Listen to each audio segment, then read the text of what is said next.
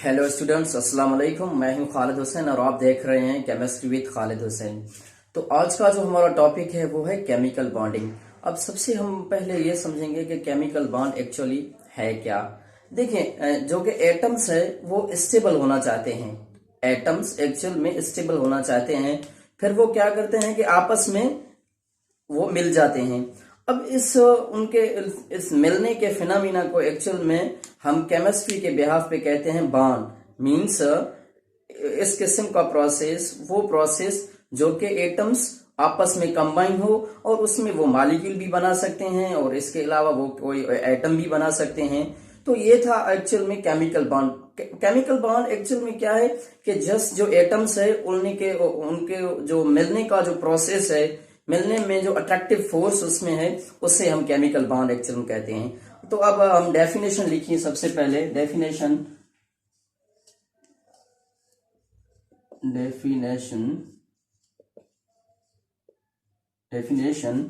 the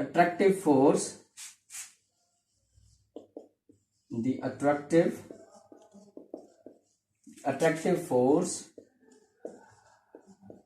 that holds atoms together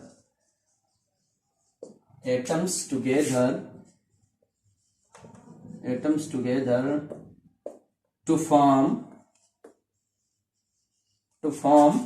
molecule or compound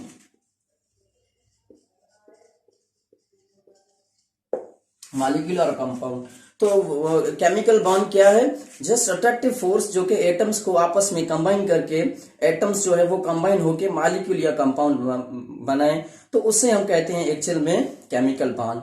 अब सबसे पहले आप ये समझें कि केमिकल बॉन्ड जो है वो एटम्स एक्चुअल में क्यों रिएक्ट करके जो है वो केमिकल बॉन्ड बनाते हैं। Means the purpose of chemical bond means you can say that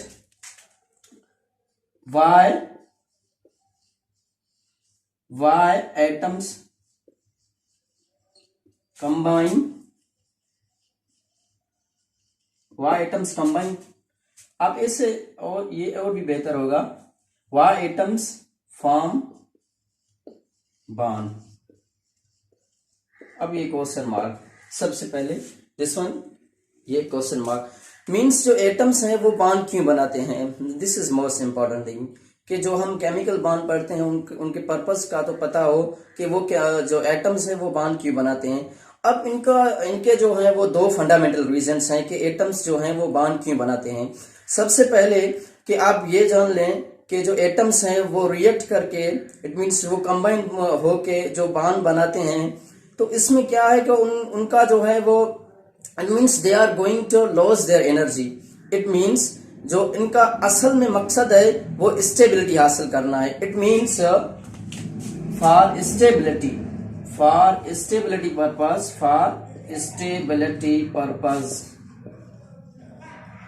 purpose atoms combine. जो एटम्स हैं एक्चुअल में वो क्यों कंबाइन होते हैं? फॉर स्टेबिलिटी पर्पस, मीन्स वो स्टेबल होना चाहते हैं, इसलिए जस्ट वो जो है वो एक्चुअल में कंबाइन होने जा रहे हैं। It means they are going to combine with each other just for the stability उनका मेन जो है वो रीजन है, मतलब है कि वो स्टेबल होना चाहते हैं, इसलिए वो क्या करते हैं, वो बॉन्ड बनाते हैं। अब जो स्टेबिलिटी है वो कौन से फैक्टर्स हैं, इट मीन्स कि वो कौन से फैक्टर्स हैं जिनके बिहाफ पे हम ये जज करेंगे कि दे आर स्टेबल और नॉट। इट मीन्स के आप कहें कि स्टेबिलिटी किस फॉर्म में उनको मिलनी है। क्यों वो स्टेबल तो होना चाहते हैं, ये तो हमने समझ लिया, ठीक है, ये स्टेबल होना चाहते हैं, लेकिन कैसे वो स्टेबिलिटी हासिल करेंगे ये अब हम समझेंगे। देखिए, सबसे पहले तो जो एटम्स है जब वो कंबाइन होते हैं, it means when they are going to form bond, जब वो कंबाइन होते हैं तो क्या होता है कि एनर्जी रिलीज होता है उस प्रोसेस में। Means when atoms are going to combine with each other, the process is actually exothermic, it means energy will release। जब वो एनर्जी रिलीज होता है तो क्या होता है कि एक्चुअल में जो एटम्स है उनका जो एनर्जी है, जो नेट एनर्जी है, वो एक्चुअल में कम हो जाता है। इट मीन्स हमें पता है कि जहां कहीं भी एनर्जी कम हो, it means lower the energy greater will be stability. For suppose मेरे पास ये दो हाइड्रोजन के एटम्स है, ये भी एक हाइड्रोजन का एटम है और ये भी एक हाइड्रोजन का एटम है, ठीक है। तो अभी क्या होता है कि ये जब कंबाइन होते हैं हाइड्रोजन गैस एक्चुअल में बनाते हैं, it means H2 hydrogen gas बनाते हैं। ये क्या है, ये एक्चुअल में हाइड्रोजन एटॉमिक फॉर्म में है और ये मॉलिक्यूलर फॉर्म में है। ये अभी अनकंबाइंड है और ये एक्चुअल में कंबाइंड है। It means after the formation of bond the result is H2 actual. अब होता क्या है कि जब आप इन दोनों का एनर्जी कंपेयर करेंगे, इट मीन्स इस दोनों का एनर्जी इस से ज्यादा है। It means this one is lower in energy, lower in energy, lower in energy. It means molecule is lower in energy than uncombined atoms, जिससे वो बनता है एक्चुअल में मॉलिक्यूल जो है वो इससे एनर्जी में कम है। इट मीन्स एनर्जी उसकी कम है। क्यों कम है? क्योंकि एक्चुअल में ये एक्सोथर्मिक प्रोसेस है। जब ये बॉन्ड बनाते हैं तो एनर्जी रिलीज होता है, एनर्जी रिलीज होता है तो उनको स्टेबिलिटी आ जाती है। तो this one is, I can say that lower in energy, these are higher in energy, higher energy. Actual में इनको हायर एनर्जी। तो जो अनकंबाइंड एटम्स है जिससे ये मॉलिक्यूल बना, उनका जो एनर्जी है वो एक्चुअल में ज्यादा है बेनिस्बत इस हाइड्रोजन के मॉलिक्यूल को।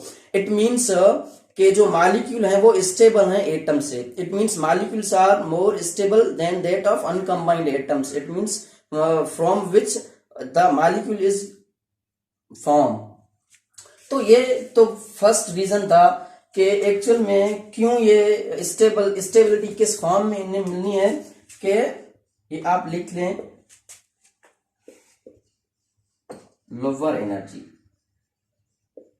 सबसे जो फर्स्ट जो रीजन है वो ये है कि एक्चुअल में जो एटम्स हैं वो क्यों रिएक्ट करते हैं, स्टेबिलिटी उनको किस फॉर्म में मिलनी है, जब उनका एनर्जी लो हो। इट मीन्स वो जब एटम्स कंबाइन होते हैं तो उनका जो एनर्जी है वो कम हो जाता है। जब उनका एनर्जी कम हो जाता है तो वो स्टेबल होते हैं। सबसे पहला जो स्टेबिलिटी के लिए कंडीशन है ये है एक्चुअली में। अब हम देखेंगे कि जो सेकंड कंडीशन जो कि बहुत इंपॉर्टेंट है, अब हम उसको टच करेंगे।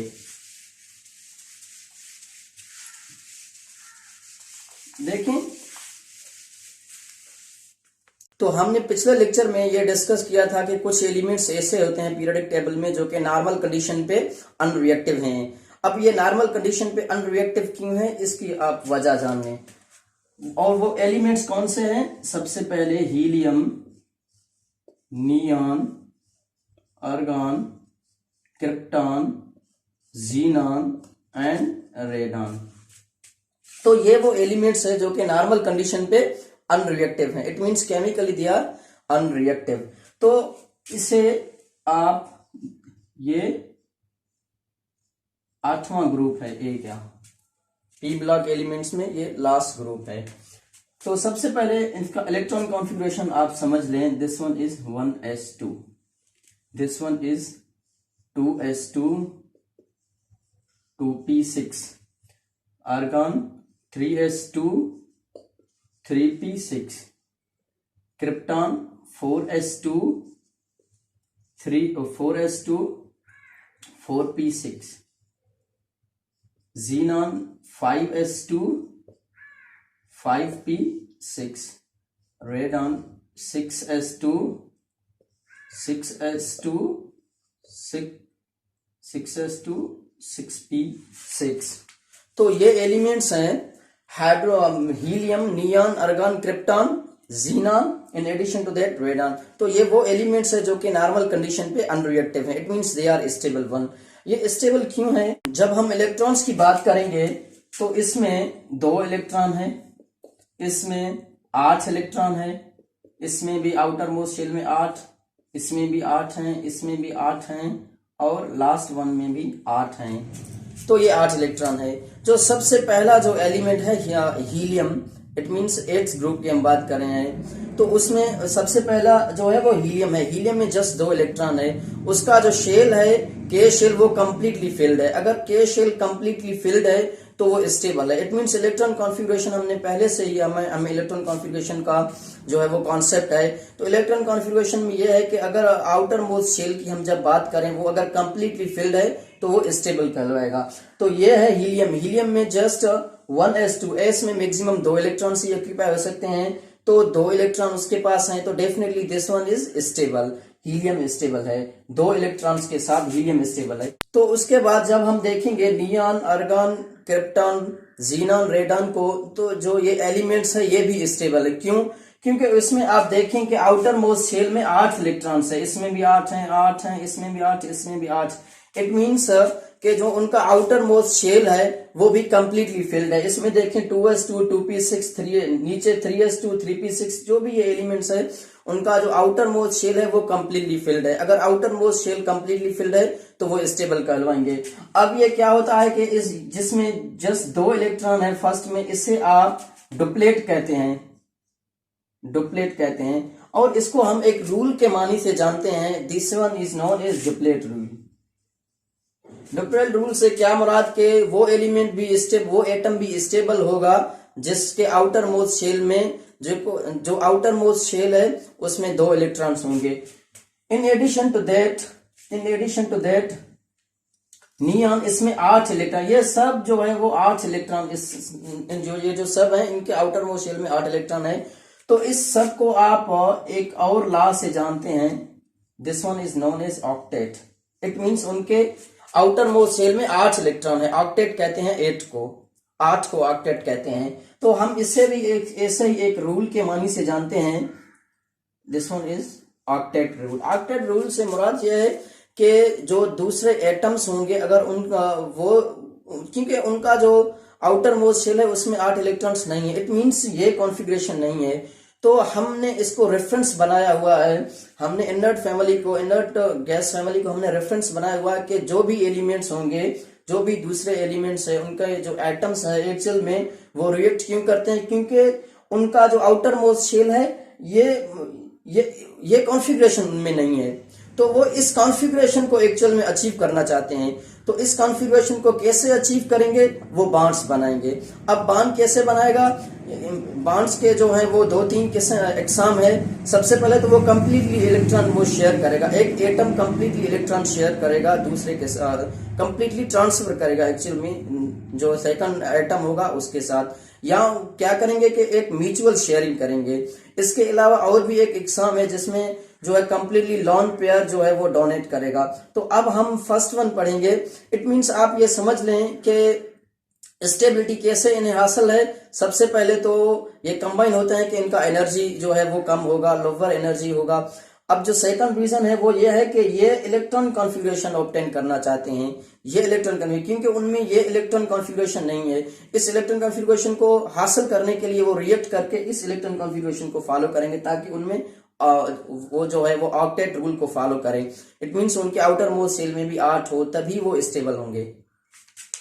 अब उसके बाद हम केमिकल बॉन्ड का जो है वो सबसे पहला टॉपिक वो है आयोनिक बॉन्ड। Ionic bond. तो आयोनिक बॉन्ड क्या है कि असल में होता क्या है कि जो एटम्स जो के बॉन्ड बनाने जा रहे हैं वो कंप्लीटली अपना जो इलेक्ट्रॉन है, जो अपने इलेक्ट्रॉन्स हैं अगर हम जमा करें तो इलेक्ट्रॉन्स जो है वो कंप्लीटली अपना वो डोनेट करेंगे। It means they actually transfer the outermost shell electrons to obtain the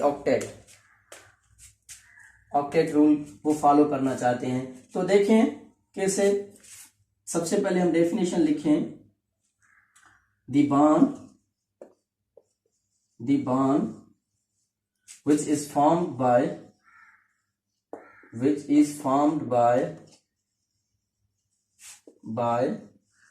complete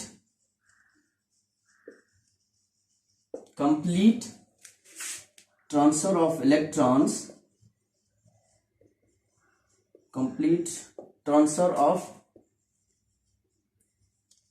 electrons, आप इसमें एडिशन ये भी कर सकते हैं, from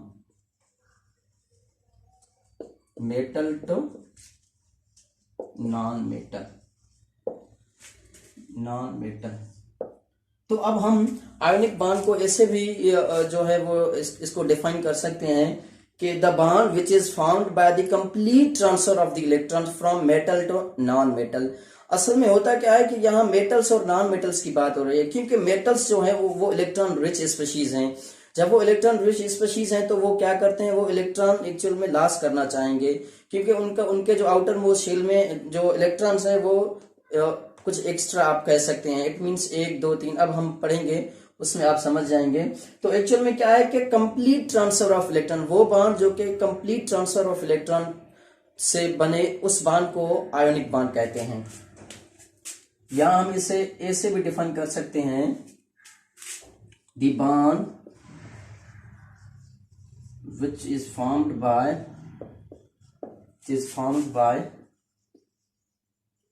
electrostatic attraction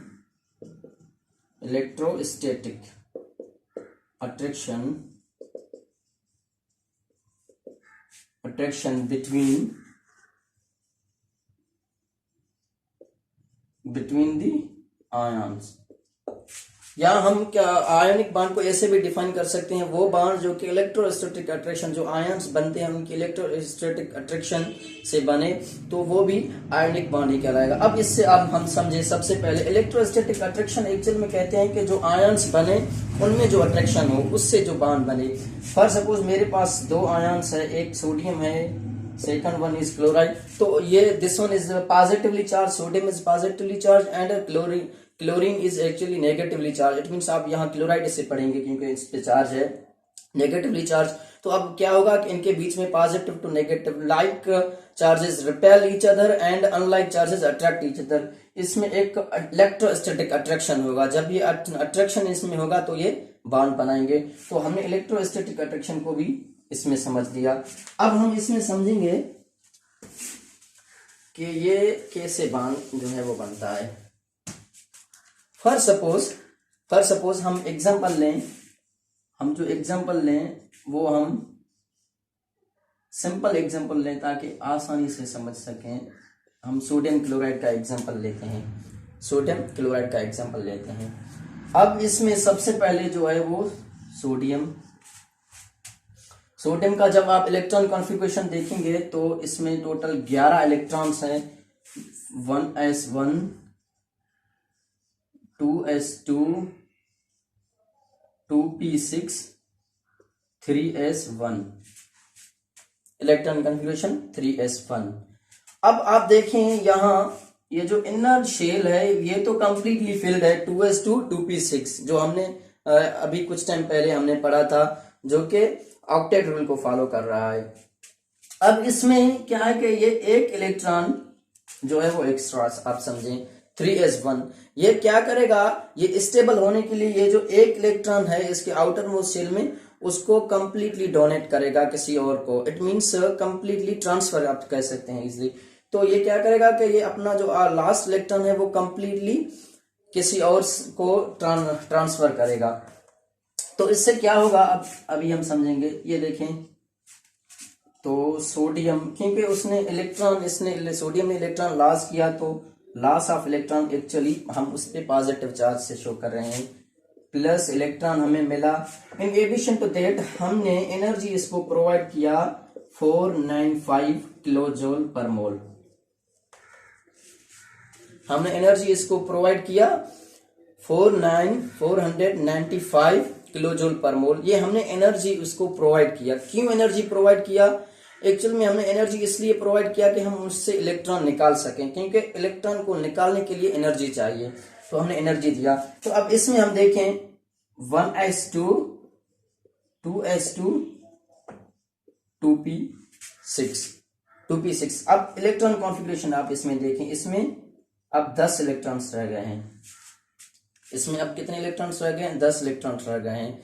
it means now it is positively charge and here sodium achieves its octet rule। it means achieve its desired electron configuration। तो अब आप देखें 2s2 2p6। तो ये क्या है, ये एक्चुअल में हमने पढ़ा था कि ये नियॉन का जो है वो इलेक्ट्रॉन कॉन्फ़िगरेशन है जो कि स्टेबल वन है।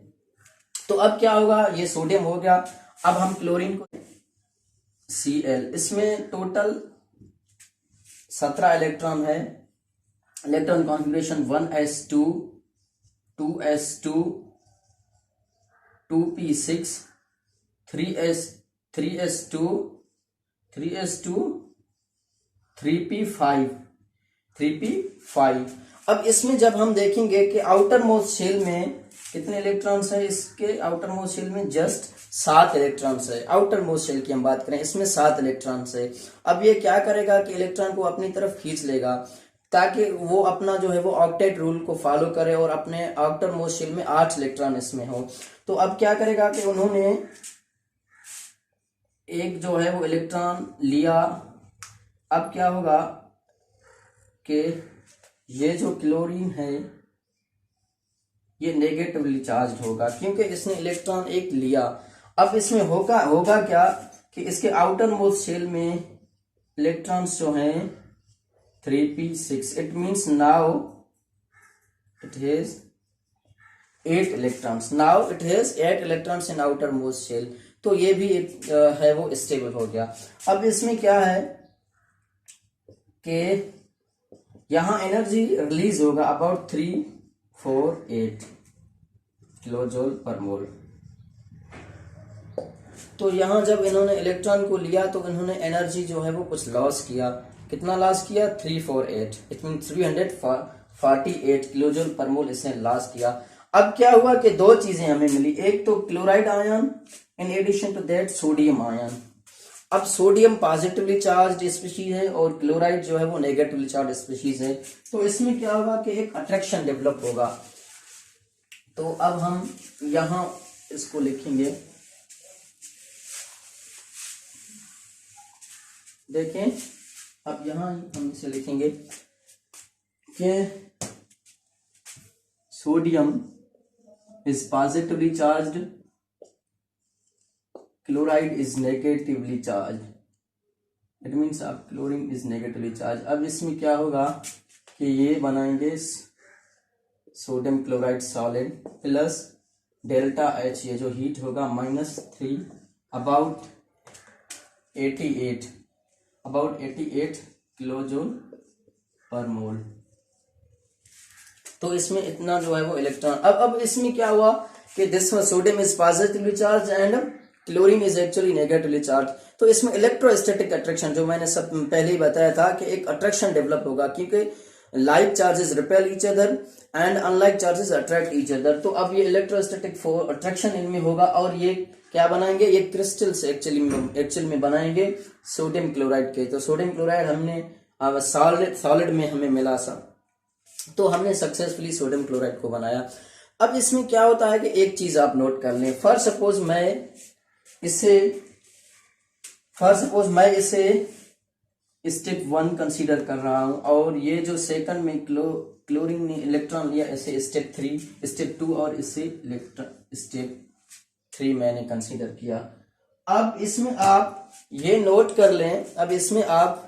कर लें, कि एनर्जी जो है एक्चुअल में हमने सोडियम को एनर्जी दिया ताकि इलेक्ट्रॉन उससे निकाल सकें। अब इलेक्ट्रॉन उससे निकाला तो हमने एनर्जी कितना दिया, प्लस एक्चुअल में शो कर रहा है एंडोथर्मिक रिएक्शन को 495 हमने एनर्जी दिया इसको। जब क्लोरीन ने इलेक्ट्रॉन लिया तो इसने लॉस किया एनर्जी -348। अब जब ये दो आयंस मिले तो उन्होंने भी एनर्जी लॉस किया -788 अबाउट एनर्जी इन्होंने लॉस किया। अब इसमें आप नोट कर लें कि आयोनिक बॉन्ड के लिए ये कंडीशन नेसेसरी है, ये लाजिम है आयोनिक बॉन्ड के लिए कि जो स्टेप सेकंड है, इट मींस क्लोरीन ने जब इलेक्ट्रॉन लिया, जो स्टेप सेकंड है और स्टेप थर्ड है, ये जो एनर्जी है जब आप इससे सम अप करें, इट मींस जब आप इससे प्लस करें, जोड़ दें, तो एक्चुअल में जो हमने एनर्जी दिया उससे ज्यादा होनी चाहिए, ये हमने दिया कितना हमने दिया 495 हमने दिया, तो 348 हमें यहाँ से एनर्जी मिला और 788 हमें यहाँ से मिला। इट मीन्स के ये आयनिक बॉन्ड के लिए नेसेसरी है कि जो सेकंड स्टेप है, सेकंड और थर्ड स्टेप में जो एनर्जी हमें मिल रहा है वो एक्चुअल में ज्यादा होनी चाहिए, किससे, जो हमने फर्स्ट में हमने जो है वो एनर्जी सोडियम को दिया। अब ऐसा क्यों? एक्चुअल में आप देखें कि सबसे पहले मैंने वो रीजन आपको बताया था कि ये एनर्जी जो है वो कम रखना चाहते हैं, एनर्जी इनमें कम हो तभी स्टेबल हो। अगर फॉर सपोज मैं कहूं कि मैंने एक रिएक्शन हुआ, मैंने उसमें मैंने 500 किलो जूल मोल मैंने दिया, ठीक है, एक रिएक्शन हुआ उसमें मैंने क्या किया, 500 किलो जूल मैंने दिया। अब मुझे वहां से इट मींस एक्सोथर्मिक रिएक्शन के थ्रू मुझे 300 किलो जूल पर मोल जो है वो हासिल हुआ। इट मींस एक्सोथर्मिक में 300, तो यहां मुझे लॉस कितना हुआ एक्चुअल में, 200 किलो जूल। अब 200 किलो जूल हमें अगर लॉस हुआ तो डेफिनेटली इट इज अनफेवरेबल।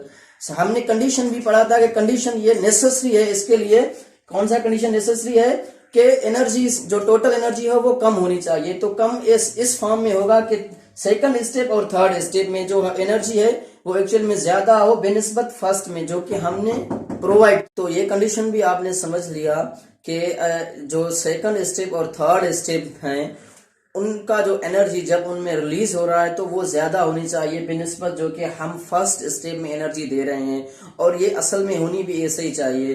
क्यों? क्योंकि अगर हम एनर्जी ज्यादा दें तो फिर तो फायदा ही नहीं है ना, फिर तो और अनस्टेबल हो जाएगा, क्योंकि एनर्जी जो टोटल एनर्जी होगा वो ज्यादा होगा जो उसमें पहले था। तो इसलिए this is a necessary step.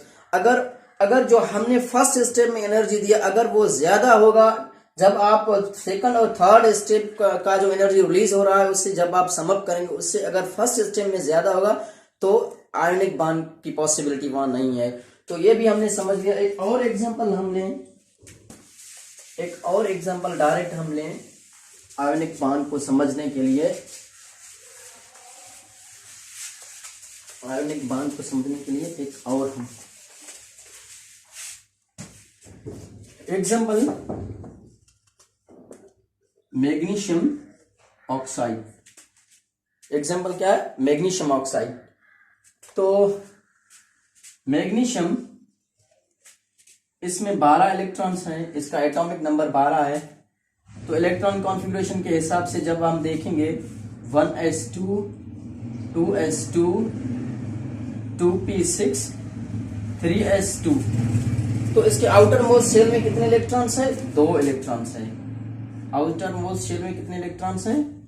2 electrons है।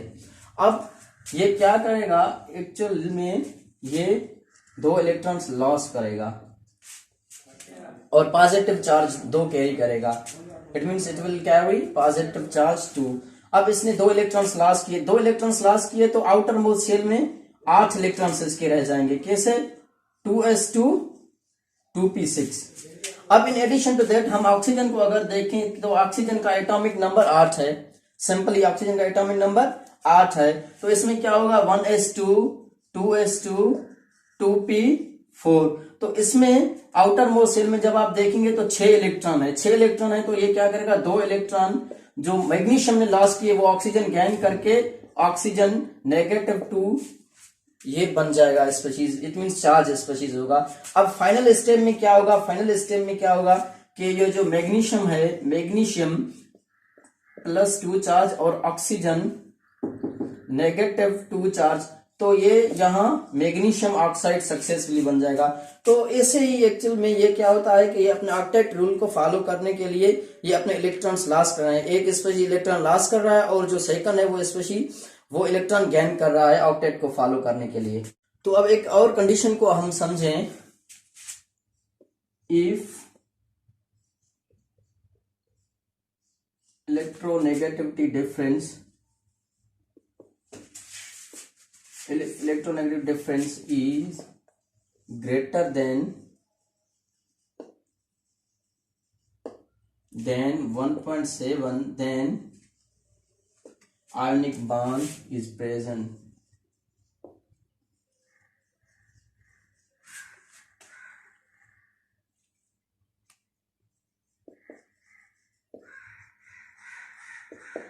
तो अब इस पॉइंट को भी आप समझ लें कि अब जो दो एटम्स है वो जब कंबाइन होते हैं, अब उनका आप क्या करें कि उनका इलेक्ट्रोनेगेटिविटी डिफरेंस देखें। अगर इलेक्ट्रोनेगेटिविटी डिफरेंस 1.7 से ज्यादा है, 1.7 से ज्यादा है, तो आप समझेंगे कि इनमें जो है वो क्या है, इनमें एक्चुअल में आयोनिक बॉन्ड की प्रेजेंस है। तो अब हम एक एग्जांपल लें, फॉर सपोज सिंपल वही एग्जांपल हम लेते हैं सोडियम क्लोराइड का। अब नॉर्मली अभी मुझे पता नहीं है कि सोडियम क्लोराइड में बॉन्ड जो है वो आयोनिक है कि नहीं। अब मैं कंफर्म कैसे करूं? अब नॉर्मली हम कंफर्म इलेक्ट्रोनेगेटिविटी डिफरेंस से भी कर सकते हैं कि इसमें आयोनिक बॉन्ड है कि नहीं है। अभी मुझे पता है कि सोडियम का जो इलेक्ट्रॉन कॉन्फिगरेशन सोडियम का जो इलेक्ट्रोनेगेटिविटी है वो 0.9 है, और जो क्लोरीन है उसका इलेक्ट्रोनेगेटिविटी वो 3 है। Electronegativity of chlorine is 3। अब मैं यहां से जज करूंगा कैसे, 3 माइनस 0.9, तो इलेक्ट्रोनेगेटिविटी जो डिफरेंस होगा, इलेक्ट्रोनेगेटिविटी डिफरेंस वो 2.1। इलेक्ट्रोनेगेटिविटी जब डिफरेंस मैंने देखा सोडियम क्लोराइड में तो 2.1 है। इट मींस 1.7 से ज्यादा है। अगर 1.7 से ज्यादा हो तो ऑफन ऐसे ही होता है कि उसमें जो है वो आयोनिक बॉन्ड प्रेजेंट होता है। अब कुछ एग्जांपल्स हम इस आयोनिक बॉन्ड के अगर हम एग्जांपल्स कुछ लिखें तो सोडियम क्लोराइड है, in addition to that potassium bromide, calcium oxide, calcium bromide, calcium chloride, और इसके अलावा आप ऐसे भी कर सकते हैं एल्यूमिनियम क्लोराइड etc। तो जब आप आयोनिक बॉन्ड में देखेंगे कि ऑफन ये जो बॉन्ड है, ये बॉन्ड एक्चुअल में मेटल और नॉन मेटल के बीच में बना है, क्योंकि जो मेटल्स हैं उनका जो आयोनाइजेशन पोटेंशियल है वो कम है। मेटल का जो आयोनाइजेशन पोटेंशियल है वो कम है, और जो नॉन मेटल्स हैं उनका इलेक्ट्रॉन अफिनिटी ज्यादा है। आयोनाइजेशन पोटेंशियल कहते हैं कि जब हम एनर्जी दें और उससे इलेक्ट्रॉन लें तो हमें एनर्जी कम देना जो है वो हमें पड़ रहा है। तो इस हिसाब से हम इसको फेवर कर रहे हैं। जो मेटल्स हैं वो आयोनिक बॉन्ड को फेवर कर रहे हैं, और जो एक्चुअल में नॉन मेटल्स हैं, नॉन मेटल्स में इलेक्ट्रॉन अफिनिटी जो है वो ज्यादा है। इट मींस वो इलेक्ट्रॉन को अपने तरफ ज्यादा खींच सकते हैं। तो ये उन नॉन मेटल का करेक्टर है। मेटल का करेक्टर है कि उनमें लो आईपी है, आयोनाइजेशन पोटेंशियल है, और नॉन मेटल का करेक्टर है कि उनमें इलेक्ट्रॉन अफिनिटी हाई है। तो ये आयोनिक बॉन्ड को फेवर करते हैं। अब हम आयोनिक बॉन्ड के कुछ कैरेक्टर्स देखें कि जो आयोनिक कंपाउंड्स होते हैं उनके कैरेक्टर्स क्या हैं। तो अब हम कुछ कैरेक्टर्स देखेंगे आयोनिक कंपाउंड्स के, मींस आयोनिक कंपाउंड्स के जो है कैरेक्टरिस्टिक्स वो क्या है। सबसे पहला ionic compounds are generally hard solids. Ionic compounds जो है जनरली वो सॉलिड्स में होते हैं और बहुत हार्ड होते हैं। क्यों? क्योंकि उनमें जो अट्रैक्टिव फोर्सेस हैं, attractive forces they are maximum. Actually उनमें अट्रैक्टिव फोर्सेस जो है वो मैक्सिमम है, क्योंकि उसमें आयंस बनते हैं। अब जो आयंस हैं वो ज्यादा अट्रैक्ट बन के एक क्रिस्टल स्ट्रक्चर फॉर्म करते हैं। तो जनरली आयोनिक कंपाउंड्स आपको क्रिस्टल फॉर्म में मिलेंगे। It means ionic compounds they are generally hard solids. इनके बाद they are generally hard solids, और उसके बाद high melting point, they have high melting point. इसमें मेल्टिंग पॉइंट जो है उनका वो भी हाई है। इट मेल्टिंग पॉइंट क्या है कि जो सिंपली मैं कहूं कि जो सॉलिड्स हैं वो लिक्विड में कन्वर्ट हो, उसके लिए जो हीट हमें चाहिए, जो हमें टेम्परेचर चाहिए, उसे एक्चुअल में हमें melting point of the solid कहते हैं। तो मेल्टिंग पॉइंट भी इनका हाई है। क्यों मेल्टिंग पॉइंट हाई है? यही रीजन है कि वो क्रिस्टल स्ट्रक्चर बनाते हैं, वो बहुत टाइटली पैक्ड होते हैं, क्योंकि वो आयंस के थ्रू बनते हैं। आयंस एक दूसरे को सराउंड करके ये टाइटली पैक्ड स्ट्रक्चर बनाते हैं, जो कि परफेक्ट होता है बहुत। तो इसलिए उनमें मेल्टिंग पॉइंट जो उनका है वो एक्चुअल में हाई है। इसके अलावा they are soluble in water. It means जो भी आयोनिक कंपाउंड्स हैं वो वाटर में सॉल्युबल हैं। वाटर क्यों? इसकी वजह क्या है? क्योंकि water is a polar in nature. Water जो है वो water is also a polar in nature, और जो आयोनिक कंपाउंड्स हैं वो भी पोलर हैं। इट मींस उनमें वो भी चार्ज से बनते हैं। और जो वाटर है, हम वाटर का अगर स्ट्रक्चर देखें तो वाटर का स्ट्रक्चर समवॉट आपको ऐसे नजर आएगा। वाटर का अगर स्ट्रक्चर आप देखें तो यहाँ लोन पेयर और यहाँ भी lone pair. It means water is also polar by the nature. इसमें नेगेटिवली चार्ज और ये पॉजिटिवली चार्ज। तो यहाँ पोलर नेचर की बात हो रही है। तो जो भी आयोनिक कंपाउंड्स हैं वो वाटर में सॉल्युबल हैं, वो पानी में सॉल्युबल हैं, और नॉर्मली अगर और कोई जो पोलर सॉल्वेंट्स है जनरली हम बात करें तो उनमें भी ये सॉल्युबल होंगे। अब उसके अलावा last one, their solution conduct electricity, their solution conduct electricity because of the free mobile ions. अब इनमें क्या होता है कि अगर आप डिसॉल्व करते हैं किसी आयोनिक कंपाउंड को अगर आप डिसॉल्व करते हैं तो उनका जो सॉल्यूशन होगा वो इलेक्ट्रिसिटी कंडक्ट करेगा। क्यों इलेक्ट्रिसिटी कंडक्ट करेगा? They are good conductors. क्यों करेगा? क्योंकि उसमें फ्री मोबाइल आयंस, वो जो आयंस हैं वो बनेंगे, तो वो आयंस माइग्रेट होके करंट को जनरेट करेंगे, करंट प्रोड्यूस करेंगे। फॉर सपोज मेरे पास अगर मैंने सोडियम क्लोराइड है, अगर उसे मैं डिसॉल्व करूं किसमें, वाटर में, अगर मैं डिसॉल्व करूं तो जब उनका सोल्यूशन होगा वो करंट कैरिंग, इट मींस वो करंट को कंडक्ट करेगा। क्यों कंडक्ट करेगा? क्योंकि जब डिसॉल्व होगा सोडियम क्लोराइड, जब डिसॉल्व होगा तो उसमें सोडियम आयंस बनेंगे, in addition to sodium ions chloride के आयंस भी बनेंगे। और अब पहले वो आयोनिक बॉन्ड के थ्रू बॉन्डेड थे, अब ये फ्री हैं, आयंस फ्री हैं। तो वो जब पोटेंशियल आप उनको देंगे तो ये मूव करेंगे। जब ये मूव करेंगे तो एक्चुअल में क्या होगा कि इलेक्ट्रिसिटी जो है वो जनरेट होगा, इट मींस करंट जो है वो कंडक्ट करेंगे। तो हमने कैरेक्टरिस्टिक्स भी पढ़े हैं, आज हमने कैरेक्टरिस्टिक्स भी पढ़े हैं और आयोनिक बॉन्ड को कंप्लीटली डिफाइन किया है।